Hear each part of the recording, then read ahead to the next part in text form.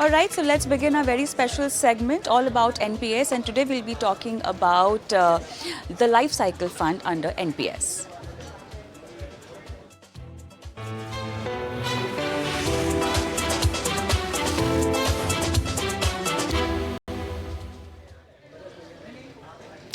All right, so I have with me today Arnab Pandya, founder Money Edu School, to elaborate more on all about NPS. Good evening and welcome to the show, Arnab. So, a newly launched or introduced feature in NPS where investors can invest via a life cycle fund. So, let's decode the features of this particular fund or investment option under NPS, and also it's via auto choice or active choice that we get to select under NPS.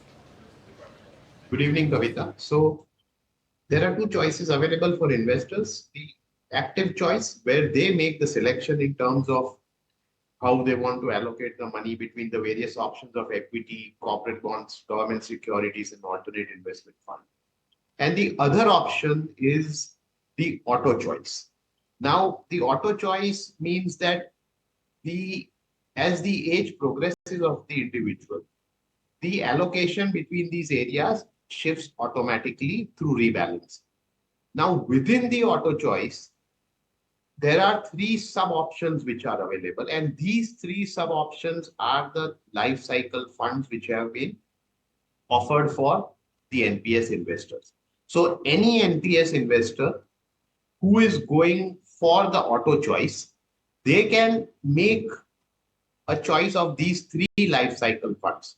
And the main criteria for these life cycle funds is the risk taking ability of the investor. So, if you are an aggressive investor, you can choose the aggressive option where till age of 35, you have an exposure to equity of 75%. If you feel that you want a hybrid kind of exposure, you are a moderate risk taker, then the moderate option is right for you, where up till age 35, the equity exposure is 50%. And if you are a conservative investor who wants to take a lesser amount of risk, then the conservative option is the right one for you within the uh, life cycle funds, where the equity exposure is limited to 25% till you are 35 years of age. All right. Now, talking about three investment options under life cycle fund, can one switch after selecting one category under life cycle fund, since there are three, and it also depends on the kind of risk profile you have, which is why you've been given this kind of an option to invest. But what if someone doesn't know their risk profile and starts with a moderate category and then feels that okay, they can really take some more risk and maybe have a certain amount of exposure increased under equity? Can we change our selection under life cycle fund? Can we go from moderate to aggressive? So you can do that kind of shift as per the rules which are there in the NPS. And the only thing that you need to take care of is that obviously at various points of time, the investor's personal situation will change.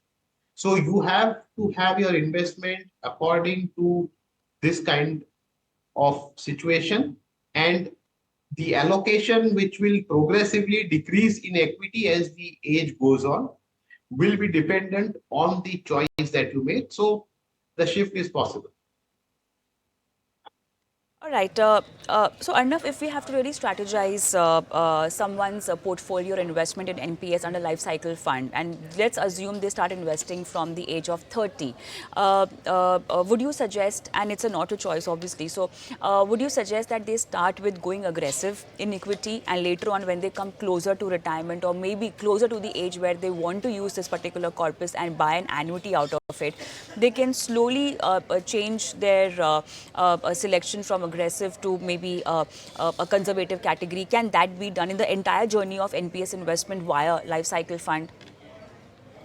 So ideally, I mean, if you look at it, because the whole idea of the life cycle fund and the auto choice is that you don't have to make any change once you have selected the choice. So, for example, say you are 30 years of age and you think that you are an aggressive investor and you have made a choice of the aggressive option. So till age 35, you have 75% in equities.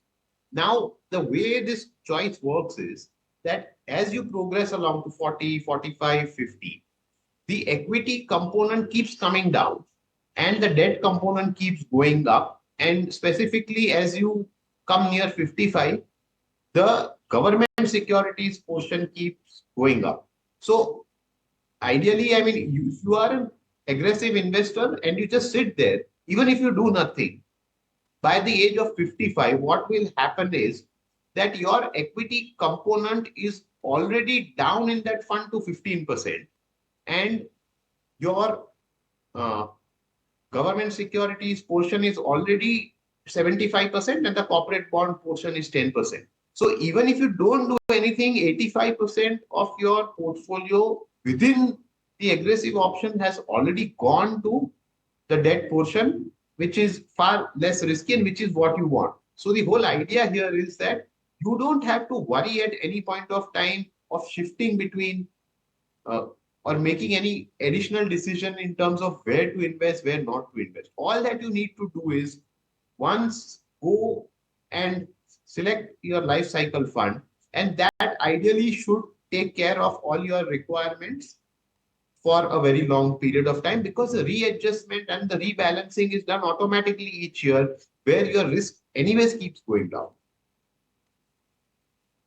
All right, now let's also talk about the investment portfolio. Let's say the aggressive part in the life cycle fund, and it has a major chunk of equity in it.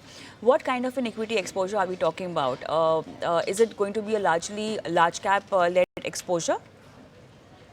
So the exposure for each pension fund managers depends on what they have selected within the equity scheme that they are running. So there is an equity fund which a pension fund manager is running, and that equity exposure which a person has selected within the life cycle fund goes to this particular equity fund only.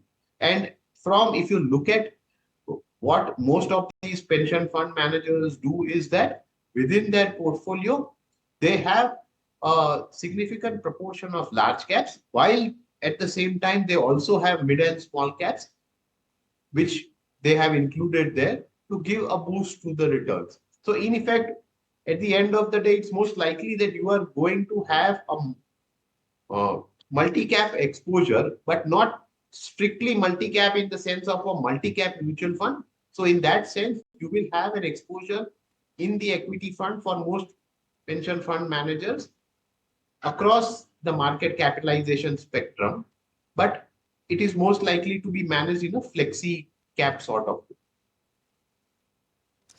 All right, I think that will be all as far as the life cycle fund is concerned, and all the aspect that investors and our viewers need to know. Thank you so much, Arnav, for being on the show and helping our viewers know everything about the life cycle fund. So we will slip into a quick break, but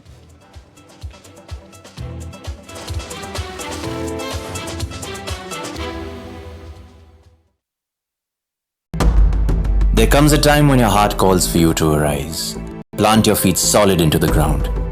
Decide your own limits. And then break right through them. Become something more. It's my time to rise.